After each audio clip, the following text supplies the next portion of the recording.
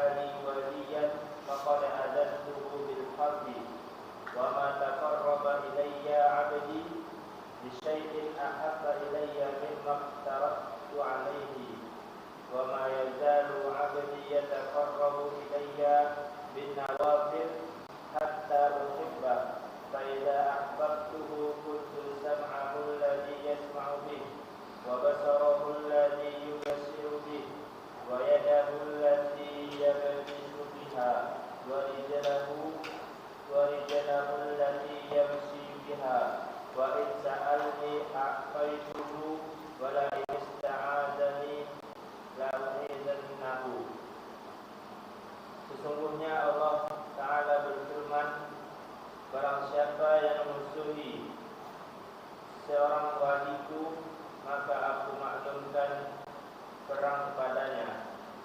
Dan tidaklah seorang hambaku mendekatkan diri kepadaku dengan sesuatu yang lebih aku cintai daripada melaksanakan apa yang telah aku wajibkan kepadanya. Dan hambaku tidak henti-hentinya mendekatkan diri kepadaku dengan amalan-amalan sunnah hingga aku mencintainya. Bila aku sudah mencintainya, maka aku adalah pendengarannya yang dengannya ia mendengar, menjadi pandangannya yang dengannya ia memandang, menjadi tangannya yang dengannya ia memukul, dan menjadi kakinya yang dengannya dia berjalan. Dan jika dia meminta kepadaku, pasti aku memberikannya. Dan jika ia memohon perlindungan kepadaku,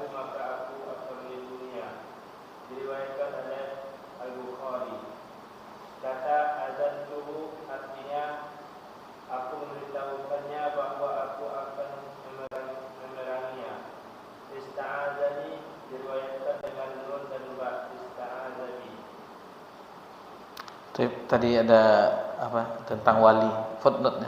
Footnote 121. Yang dimaksud dengan wali Allah itu adalah orang yang mengenal Allah, yang selalu berada dalam ketaatan kepadanya dan ikhlas dalam beribadah kepadanya, seperti disebutkan dalam Fathul Bari. Kemudian hadis ini dalam riwayat Al-Bukhari bab Ar-Riqa ada lanjutannya. Saya tidak tahu mengapa penulis tidak menyebutkannya. Lanjutannya adalah wa ma taraddatu an syai'in ana fa'iluhu taraddudi an nafsil mu'min yakrahul mauta wa ana akrahu masa'atahu. Aku tidak pernah ragu-ragu tentang sesuatu yang aku kerjakan, seperti keraguanku terhadap nyawa seorang muslim. Dia tidak ingin mati, aku tidak suka menyakitinya. Betul, baik. Khalas. Di hadis yang pertama di bab yang ke-11 mujahadah, Imam An-Nawawi rahimahullah taala membawakan hadis dari Abu Hurairah radhiyallahu anhu yang terdapat di dalam Sahih Bukhari. Jadi hadis ini sahih sebagaimana yang disebutkan di pembahasan ini di dalam kitab ini. Kita untuk mengetahui tentang wali tentang wali harus kita luruskan, kita dudukkan, karena ada sebagian dari kaum muslimin yang menganggap adanya wali majdub, wali yang gila. Ini tidak ada satupun yang kita ketahui di dalam Al-Quran dan hadis-hadis Nabi yang wali Allah itu gila. Jadi contohnya untuk wali urusan dunia seperti wali kota, tidak boleh orang gila menjadi wali kota. Misalnya orang menikahkan putrinya, walinya tidak boleh gila. Tetapi kenapa wali Allah ada yang gila? Ini ada sesuatu yang salah di dalam cara pandang mereka dalam agama. Untuk lebih jelasnya kita perhatikan definisi wali yang mana tadi sudah disebutkan di dalam footnote. Akan tetapi ini langsung dari firman Allah kita nukilkan. Nanti bisa dilihat dalam surah Yunus ayat 62 63.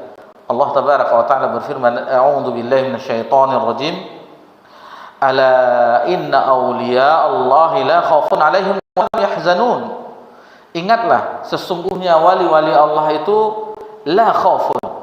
Tidak ada bagi mereka itu kekhawatiran, la khaufun 'alaihim wa la hum yahzanun, dan tidak ada juga bagi mereka kesedihan. Ini didefinisi apa itu wali Allah. Disebutkan dalam ayat ini, alladzina amanu wa kanu yattaqun. Siapa mereka wali-wali tersebut? Yaitu orang-orang yang beriman dan mereka selalu bertakwa. Ini yang dikatakan wali Allah, yang selalu beriman dan selalu bertakwa kepada Allah Subhanahu wa taala. Jadi ada anggapan orang yang mana cintanya sudah terputus hanya untuk cinta kepada Allah sehingga dia berada di suasana yang lain. Ini tidak masuk akal. Ini harus kita luruskan. Ini yang sebenarnya yang disebut wali Allah. Orang-orang yang senantiasa beriman, orang-orang yang senantiasa bertakwa kepada Allah Subhanahu wa taala. Ya, alhamdulillah, jelaslah bagi kita itulah wali Allah. Apapun yang disebutkan orang di dalam media sosial, ada wali yang buka baju seperti orang gila dan seterusnya, itu bukan wali. Bukan wali Allah. Itu hanya sesuatu yang mencoreng agama ini. Orang mencoreng agama Allah Subhanahu wa taala yang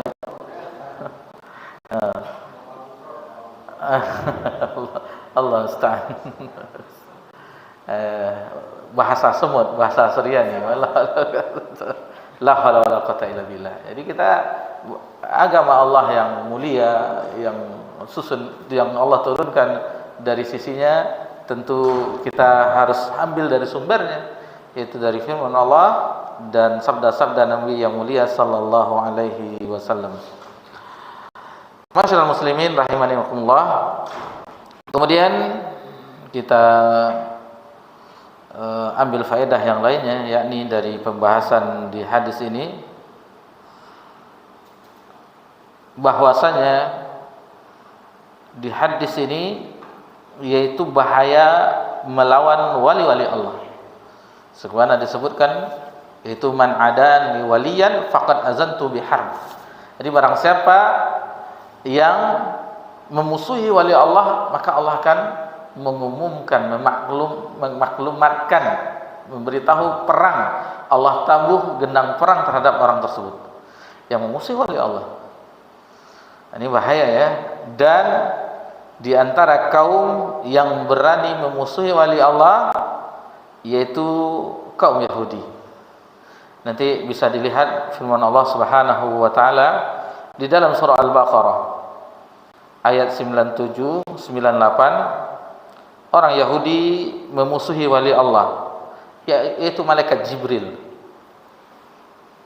Allah Subhanahu wa taala berfirman, "Qul man kana aduwwan li Jibril fa innahu nazalahu ala qalbik bi iznillah musaddiqan lima baina yadi wa huda wa busyra lil mu'minin." Jadi qul man kana aduwwa li Jibril, katakanlah barang siapa yang menjadikan musuh Jibril, fa innahu nazzalahu ala qalbik bi iznillah, maka Jibril itu telah menurunkan, maksudnya firman Allah Al-Quran, ke dalam hatimu, maksudnya hati Nabi Muhammad SAW, musaddiqan lima, dengan kebenaran, biiznillah, musaddiqan lima baina yaday wa huda wa busyra lil mu'minin, sebagai yang membenarkan apa yang ada di sisimu, maksudnya yang ada di sisi mereka orang Yahudi itu Taurat, dibenarkan di dalam Al-Quran, wa huda, dan sebagai petunjuk, wa busyra lil mu'minin, dan sebagai kabar gembira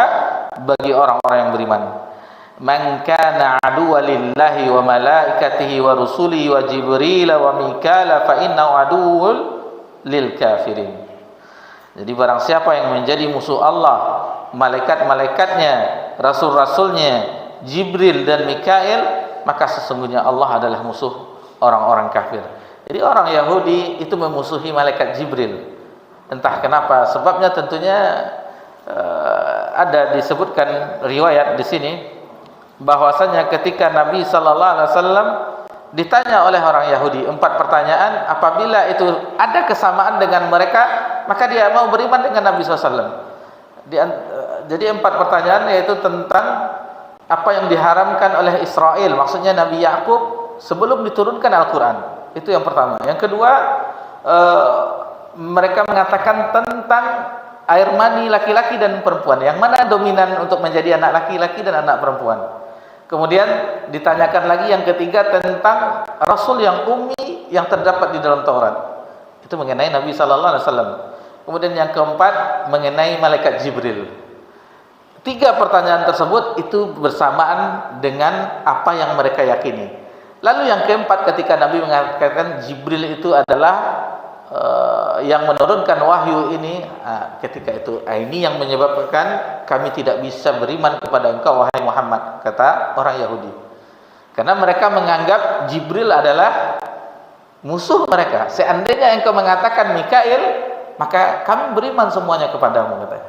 Ini akal-akalan mereka. Karena orang Yahudi adalah orang yang terkenal mengingkari apa yang ada yang diturunkan oleh Allah kepada mereka.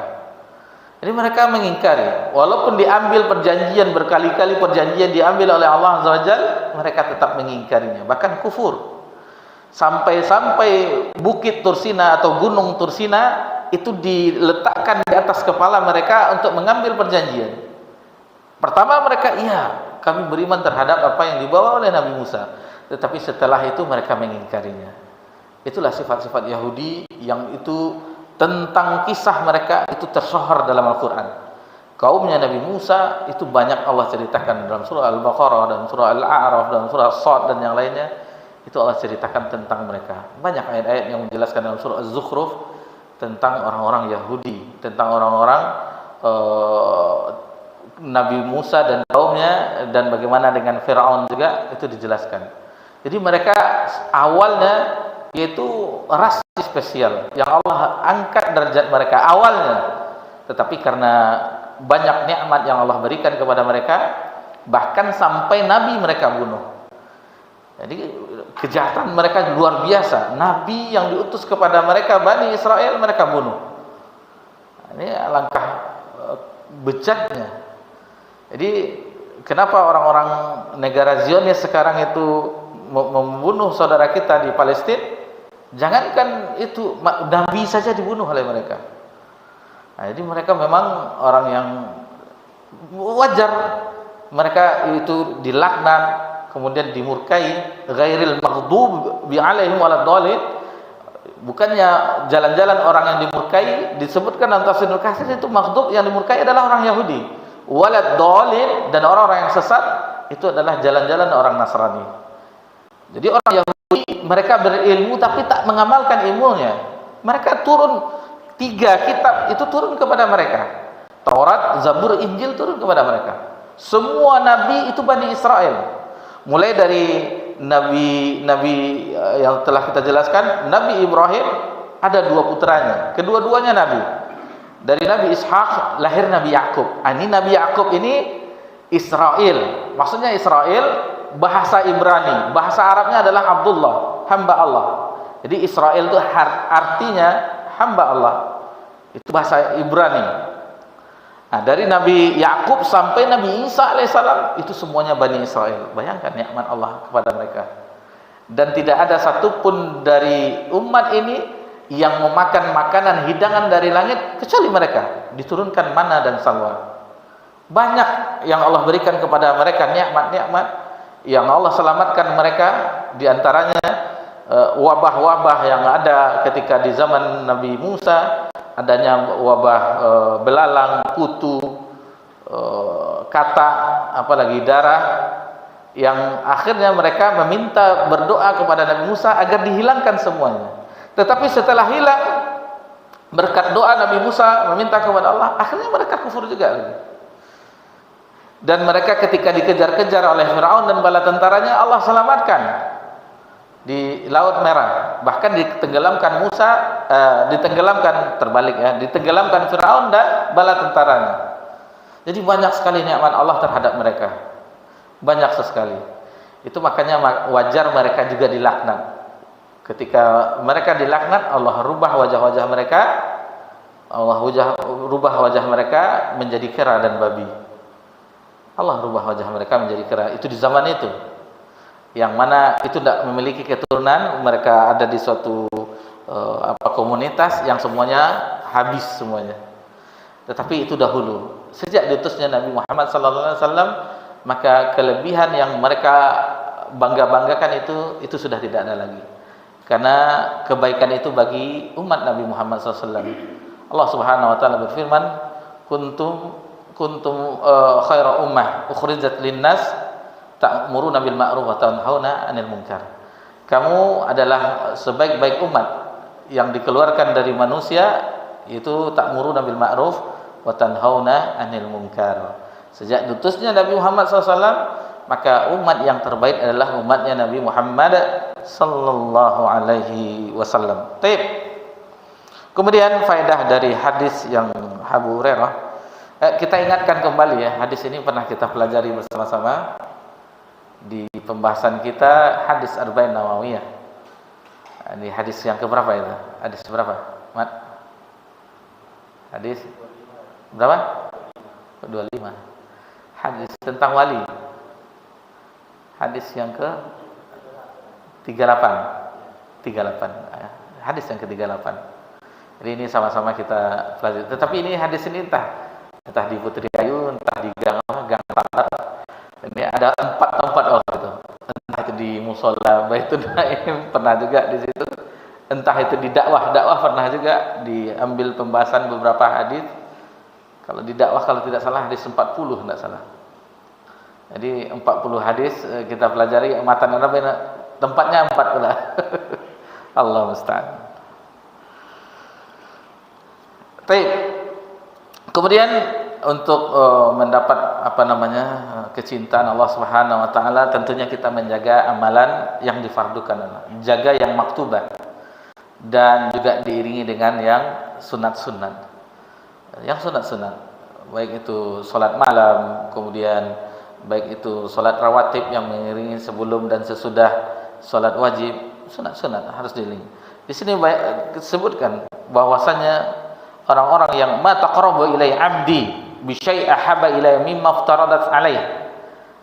Tidak ada yang paling dicintai untuk bagi hambanya untuk mendekatkan kepadanya, maksudnya kepada Allah, mimma aftaratu alaih, yang diwajibkan, difardukan kepadanya. Kemudian wa ma yazalu 'abdi yataqarrabu ilayhi bin nawafil.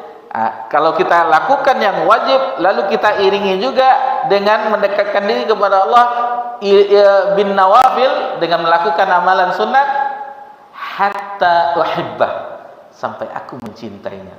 Bayangkan Allah mencintai orang yang demikian, menjaga amalan fardu kemudian diiringi dengan amalan sunnah, hatta uhibbah, sampai aku mencintainya.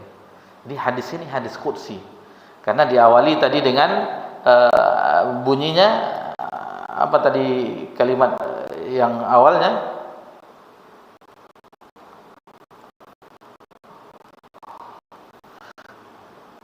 min ru'ya apa tadi, inna Allah Ta'ala, sesungguhnya Allah Ta'ala, Allah berfirman ya. Baik, jadi ini hadis qudsi, hadis dari Allah Subhanahu wa taala, tetapi melalui lafaz Nabi sallallahu alaihi wasallam. Berbeda dengan kalam Allah Al-Qur'anul Karim, ini firman Allah, semuanya dari Allah Subhanahu wa taala tanpa ada makna dari yang lainnya. Hadis qudsi itu firman Allah tetapi lafaznya dari Nabi sallallahu alaihi wasallam. Baik, kita lanjutkan pembahasannya. Kemudian yang bisa kita pelajari tadi, mendapatkan kecintaan Allah dengan menjaga yang wajib dan yang mengamalkan yang sunnah. Kemudian bertakarrub kepada Allah Subhanahu wa taala, mendekatkan diri kepada Allah dengan amalan wajib dan yang sunnah-sunnah, akan menyebabkan terkabulnya doa.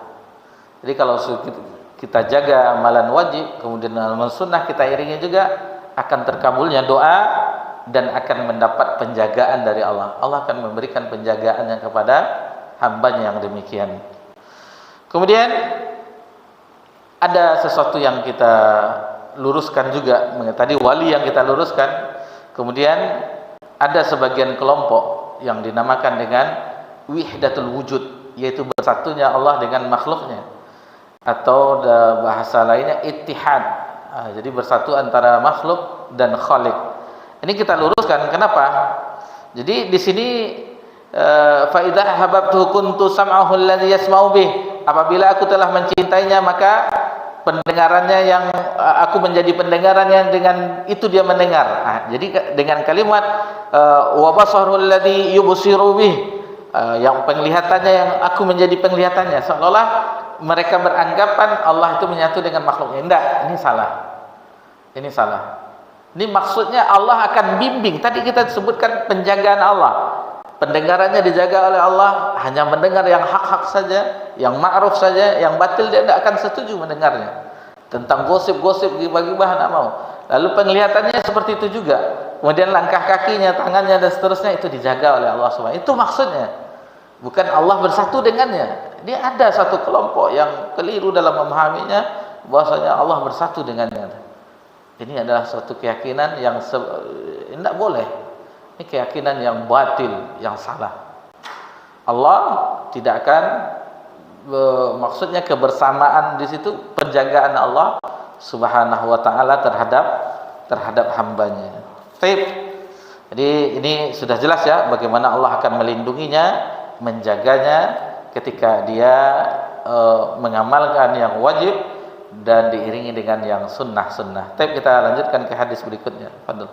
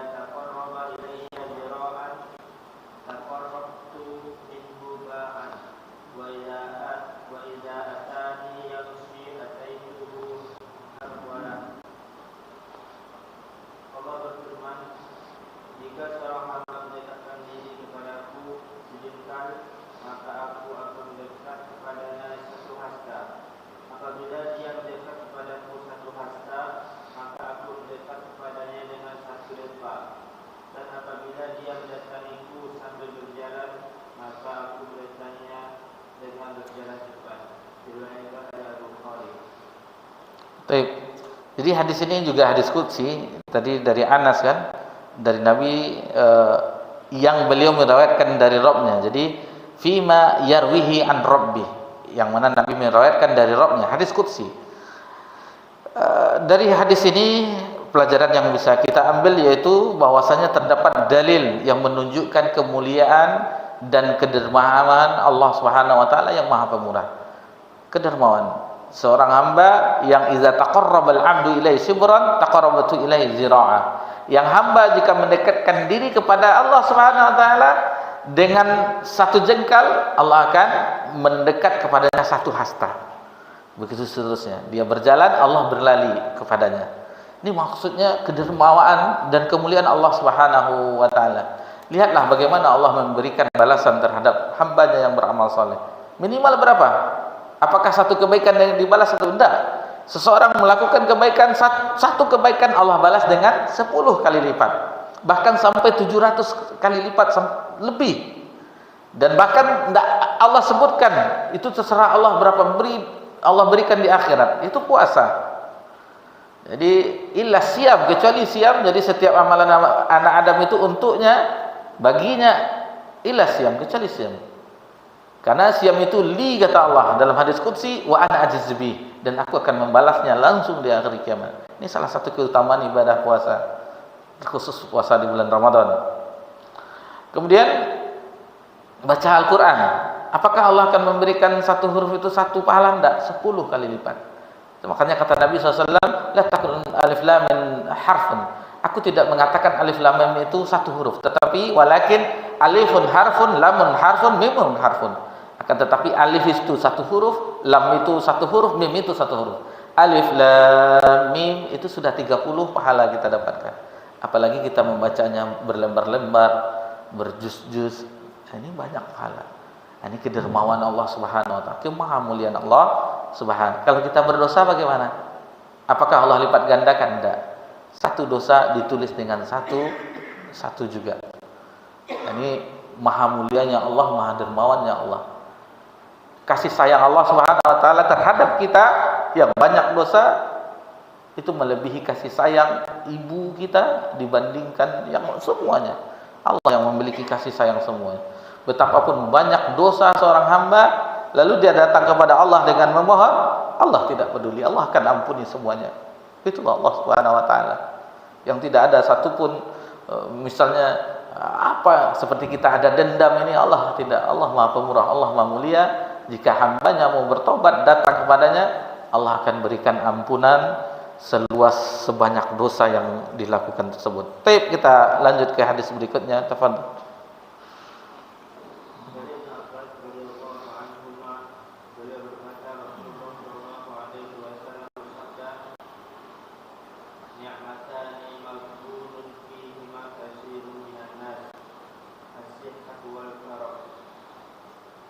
Dua nikmat yang kebanyakan manusia ditipu di dalamnya,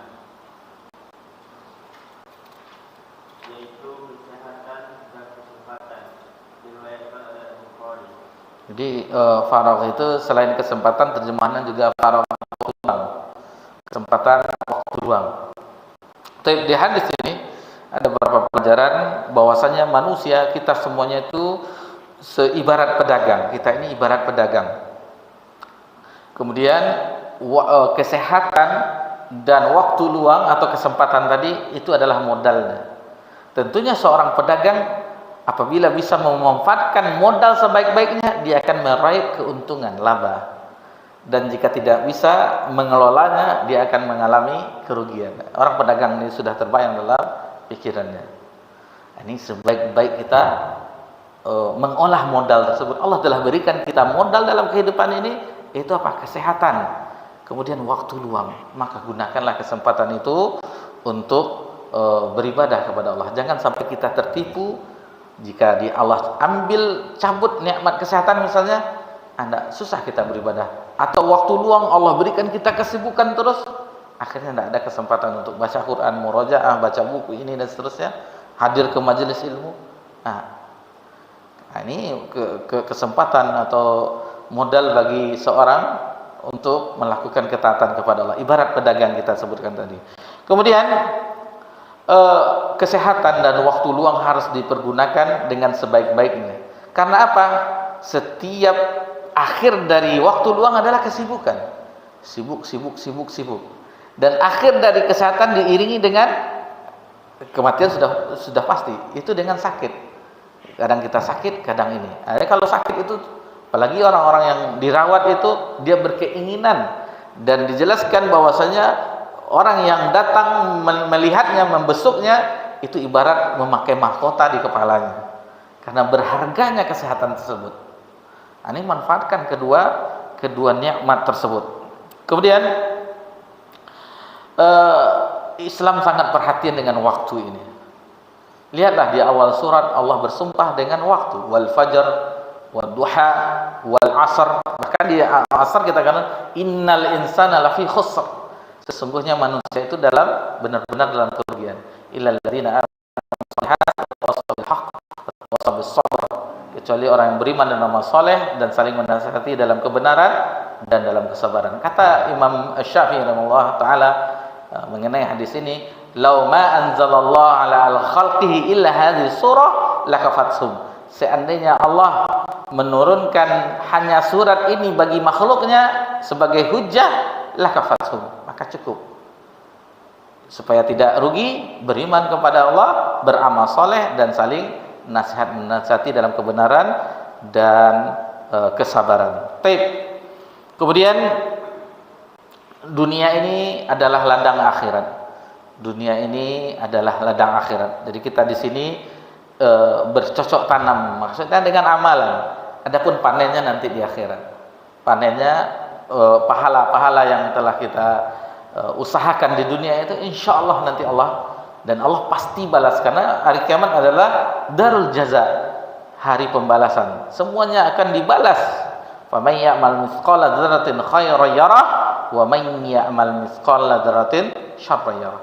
Walaupun hanya sebiji sawi kita berbuat kebaikan akan dibalas, akan dinampakkan. Begitu juga dengan keburukan. Maka manfaatkanlah waktu dan kesehatan itu sebagai modal kita untuk ketaatan kepada Allah Subhanahu wa ta'ala. Jadi di antara mensyukuri nikmat Allah itu melakukan ketaatan kepadanya. Baik, kita lanjut ke hadis berikutnya.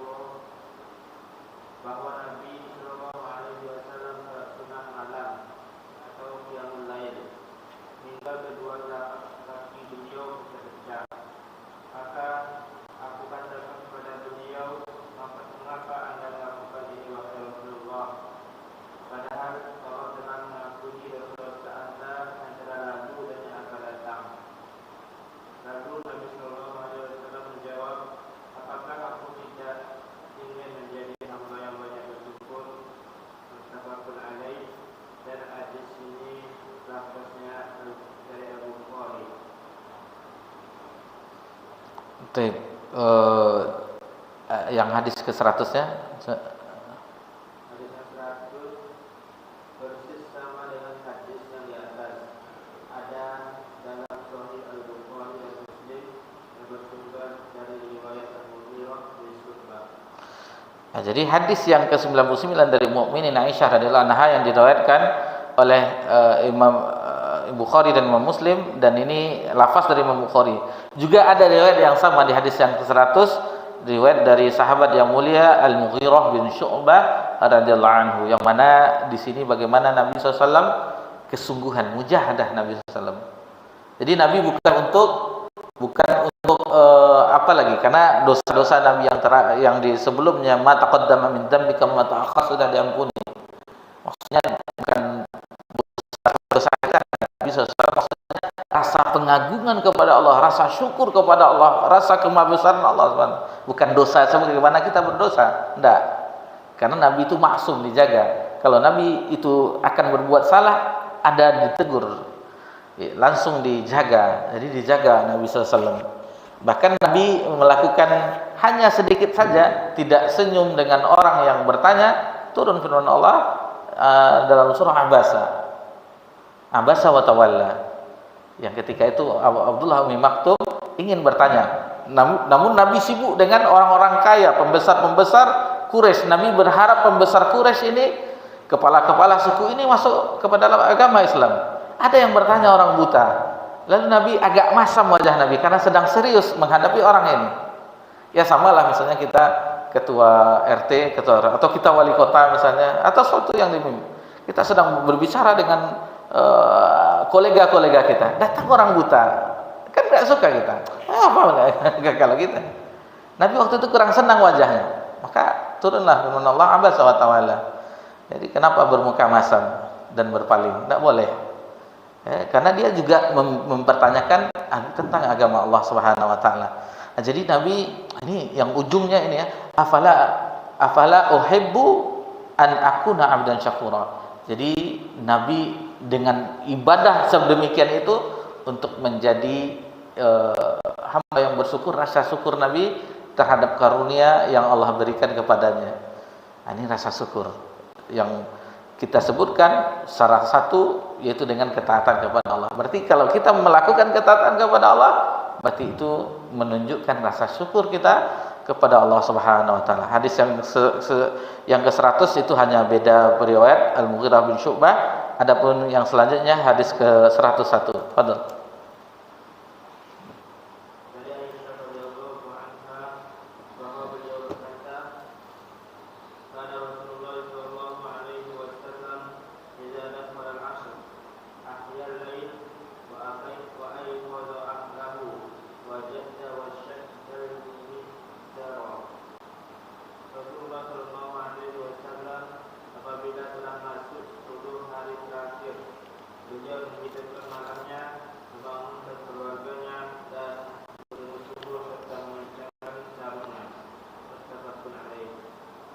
Tapi ini kesungguhan Nabi SAW, mujahadah, karena sebaik-baik contoh adalah Nabi SAW. Jadi kesungguhan adalah memanfaatkan waktu yang terbaik, seperti 10 akhir dari bulan Ramadan, 10 awal dari bulan Zulhijjah, 10 dari bulan Al-Muharram, itu waktu-waktu yang istimewa. Seperti 10 terakhir dari bulan Ramadan, Nabi SAW bersungguh-sungguh. Bahkan di riwayat yang lain Nabi berintikaf di masjid untuk mendekatkan diri kepada Allah Subhanahu wa taala dan menggapai sesuatu yang istimewa, yaitu Lailatul Qadar. Ini kesungguhan Nabi sallallahu alaihi wasallam. Jadi mujahadah ya, bersungguh-sungguh dalam beribadah kepada Allah Subhanahu wa taala, yang mengencangkan sarung di sini wa qada ahla wajada wa syaddal mi'dzar, mengencangkan sarung ada dua maknanya kata ulama. Memang bersungguh-sungguh dalam ibadah, yang kedua itu tidak mendatangi istrinya. Nah, dikencangkan sarung. Jadi selama 10 akhir Ramadan Nabi tidak mendatangi istrinya, fokus ibadah kepada Allah Subhanahu wa taala. Baik, kita lanjut ke hadis berikutnya, hadis 102.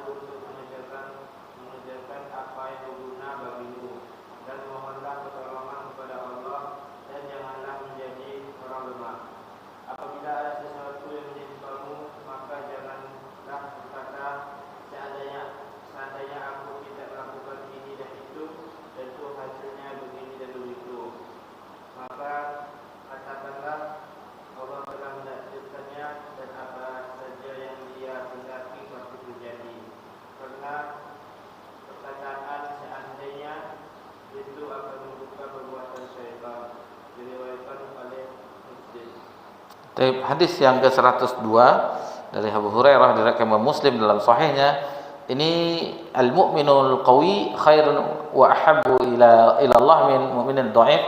Adanya perbedaan ya, iman itu ada yang kuat, ada yang lemah. Setiap kita itu berbeda, ada yang ini, dan terkadang iman itu bertambah dan berkurang. Definisi iman apa? Iman tasdiqu fil janan, wa qalu bilisan, yazid, wa ta'atan bil isyan, atau wa yanqus bi ta'ati syaitan bisa juga. Jadi iman itu adalah keyakinan dalam hati, diucapkan dengan lisan dan dilakukan dengan anggota badan, amal perbuatan, bertambah dengan taat kepada Allah dan berkurang dengan mengikuti langkah-langkah syaitan. Nah, itu dia iman itu. Jadi iman yazid yanqus, bertambah dan berkurang. Cuman di sini disebutkan iman itu wa fi kulli khair, setiapnya itu baik. Karena setiap perkara orang mukmin itu baik. Ajaban lil mar'i mukmin. Sungguh ajaib, aneh perkara orang mukmin itu. Semuanya baik. Kalau dia begini, diberikan dia ke lapangan, dia syakar, bersyukur. Itu baik baginya. Diberikan dia kesempitan atau musibah, dia bersabar. Itu juga pahala baginya. Syukur berpahala, sabar juga berpahala. Ini perihal orang mukmin, tidak didapatkan oleh yang lain. Hanya untuk orang beriman. Semua keadaannya baik. Lalu di sini apa? Bersungguh-sungguh menjadi mukmin yang kuat. Ma yanfa'u, perintah untuk bersungguh-sungguh terhadap hal yang bermanfaat bagi kita, baik itu untuk urusan dunia dan akhirat terutama. Jadi tidak mungkin kita berleha-leha orang datang kepada kita memberikan rezeki. Tidak, kita dalam usaha menafkahi keluarga juga ibadah. Apalagi untuk akhirat kita, tentu lebih bersemangat lagi kita untuk hal yang hari esok. Ya ayyuhallazina amanu taqullaha wal tanzur nafsum ma qaddamat lighada wattaqullah. Nah, jadi harus kita perhatikan juga untuk akhirat kita. Kemudian wasta'in billah wala ta'jaz. Jadi meminta kepada Allah, jangan lupa. Minta kepada Allah wala ta'jaz, jangan lemah. Tidak boleh kita lemah, minta kepada Allah. Apa yang kita ingin, minta kepada Allah, Allah pasti akan kabulkan. Tidak ada yang tidak. Kata Umar apa? Yang dipermasalahkan bukan dikabulkannya doa, tetapi yang dipermasalahkan mau tidak berdoa kepada Allah. Apa yang kita inginkan? Mau berangkat haji, minta kepada Allah. Apa yang kita inginkan? Minta kepada Allah. Selamat dari neraka, masuk ke dalam surga, minta kepada Allah. Semuanya minta kepada Allah. Nabi Zakaria yang di usia tuanya, lalu istrinya mandul, minta kepada Allah, di usia tuanya Allah berikan keturunan. Begitu juga Nabi Ibrahim. Nabi Ibrahim umur 90 tahun lebih baru dikaruniakan anak. Meminta kepada Rabbi habli minas sholihin. Dan minta kepada Allah Subhanahu wa ta'ala. Kemudian apabila ada musibah, jangan fala takun lau, jangan katakan lau. Ani fa'altu kadza wa kadza, seandainya aku melakukan ini tidak boleh. Jadi petunjuk bagi orang yang ditimpa musibah, seandainya melakukan ini tentu tidak begini. Seandainya saya begini tentulah tidak begini. Seandainya saya begini, nah, apalagi yang misalnya menikah, tahu-tahunya istrinya tidak sesuai dengan apa yang ada dalam hati. Andaikan aku tidak menikah dengannya, tidak boleh. Itulah yang Allah berikan kepada kita, maka supaya sesuai dengan yang kita inginkan, didik dia dengan agama. Ini kita yang mengajarkan agama, atau tidak bisa ajak ke majelis ilmu, nah, supaya sesuai dengan kriteria menjadi wanita yang solehah. Ini kewajiban kita yang mendidik istri kita tersebut. Nah, ini jangan ancak aja siapa nikah lagi itu, kan bertengkar dengan keluarga, begitu jadinya. Atau yang lain-lainnya. Seandainya saya tidak begini, tentu tidak begini. Tidak boleh. Itu karena itu adalah fa'in law fa inna law taftahu amal syaitan. Karena seandainya jika begini itu adalah pintu-pintu bagi syaitan untuk itu. Jadi apa yang diucapkan qaddarallahu wa masya'al. Jadi Allah telah menakdirkan dan apa saja yang Allah kehendaki itu pasti terjadi, yang Allah kehendaki. Nah, ini tentang sesuatu yang tidak kita suka. Lalu bagaimana yang lebih dari ucapan ini, itu alhamdulillah ala kulli hal.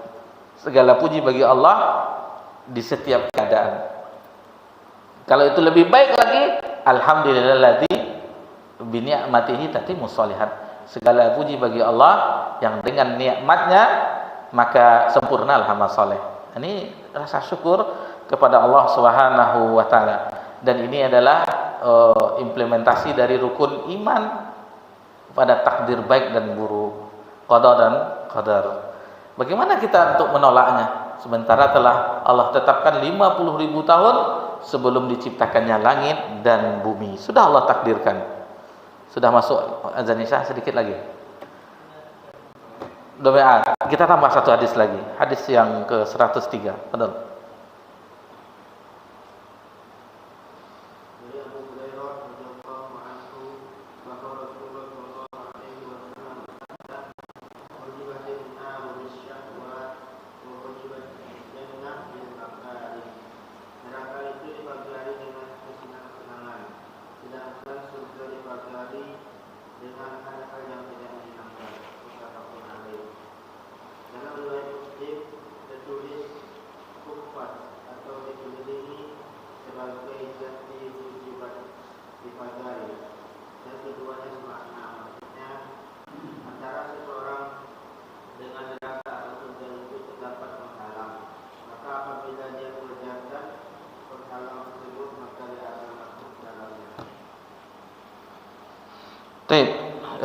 Ini ya tentang bagaimana banyaknya penyebab seseorang terjerumus, seorang manusia, yaitu dengan syahwat. Dan syahwat itu disenangi oleh yang dikelilingi syahwat itu, dengan neraka itu dikelilingi oleh syahwat yang diinginkan oleh hati manusia. Adapun surga itu yang tidak diingini oleh hati manusia. Siapa yang mau sholat